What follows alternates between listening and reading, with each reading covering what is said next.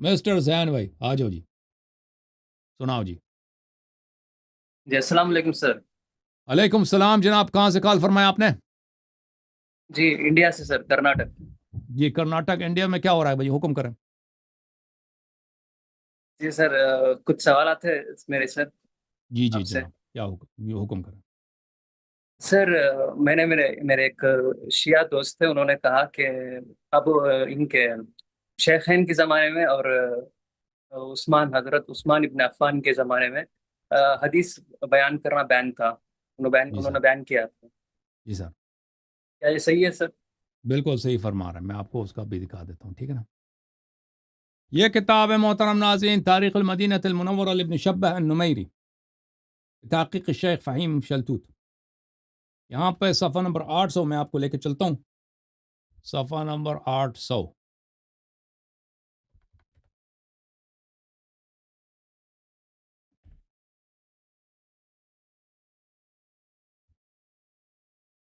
عمر صاحب نے کہا،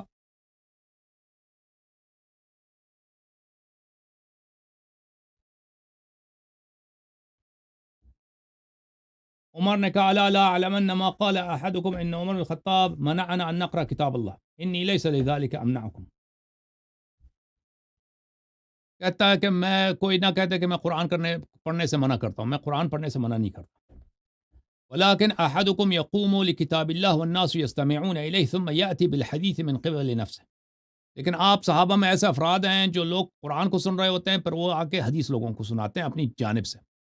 ان حدیثکم هو شر الحدیث، وہ صحابہ سے کہہ رہا ہے کہ آپ کے احادیث جو ہیں بدترین احادیث آپ لوگوں کو سناتے ہیں۔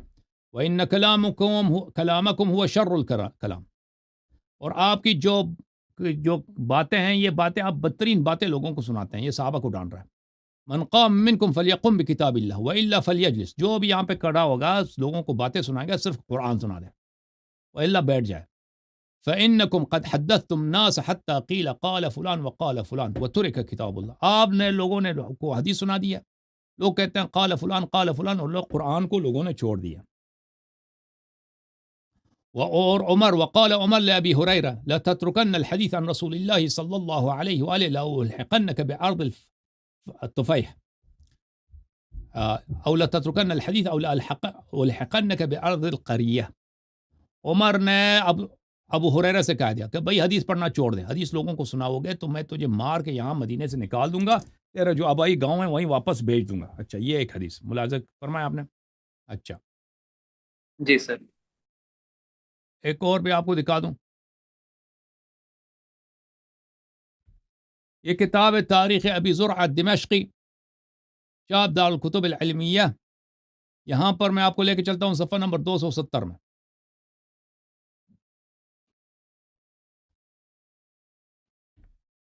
یہ ہے صفحہ نمبر 270، حدیث نمبر 1475۔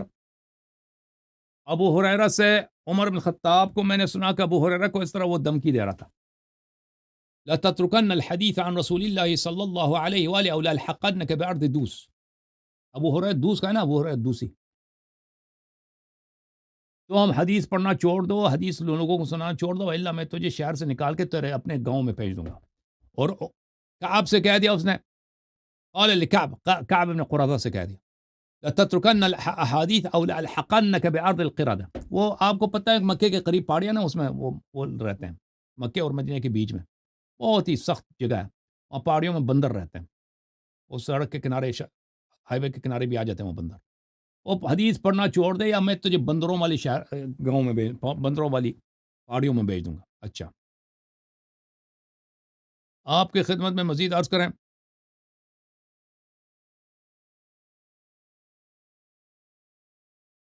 اس کے اور بھی بہت سارے مصادر ہیں، میں آپ کی خدمت میں بتاؤں کہ عمر بن خطاب لوگوں کو حدیث نقل کرنے سے منع کرتا تھا۔ ایک منٹ،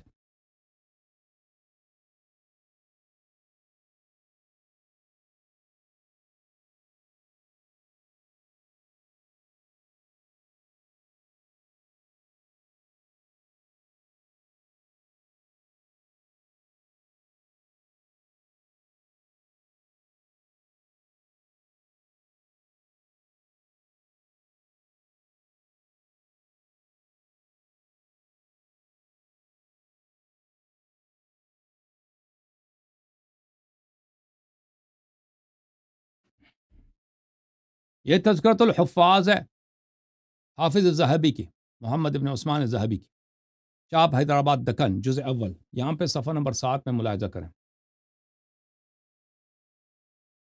صفحہ نمبر 7۔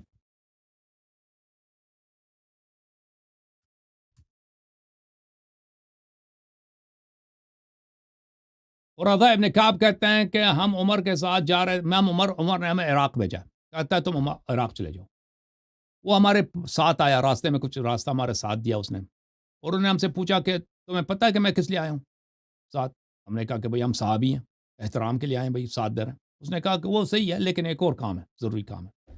کہا کہ آپ وہاں جا رہے ہیں جہاں پہ لوگ قرآن پڑھتے ہیں، ان کے قرآن کی آواز اس طرح آتی ہے جیسے مچھر کی آواز آتی ہے، اس طرح ان کی آواز آتی ہے قرآن پڑھ سناتے ہوئے۔ اچھا، فلا تصدوہم بالاحادیث، ان کو احادیث میں مشغول نہ کیا کرو، حدیث ان کو قرآن ہی پڑھنے دو۔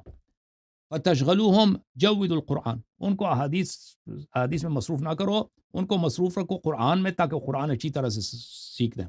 وَأَقِلُّ الرِّوَایَةَ عَنْ رَسُولِ اللَّهِ صلی اللہ علیہ وسلم، رسول صلی اللہ علیہ وسلم سے کم تر حدیث نقل کیا کرو، کیونکہ لوگ قرآن کو چھوڑ دیں گے۔ لیکن یہ تو کبھی نہیں ہے نا مسلمانوں کے ہاں، کہ حدیث پڑھنے سے، حدیث سننے سے قرآن چھوٹ جاتی ہے۔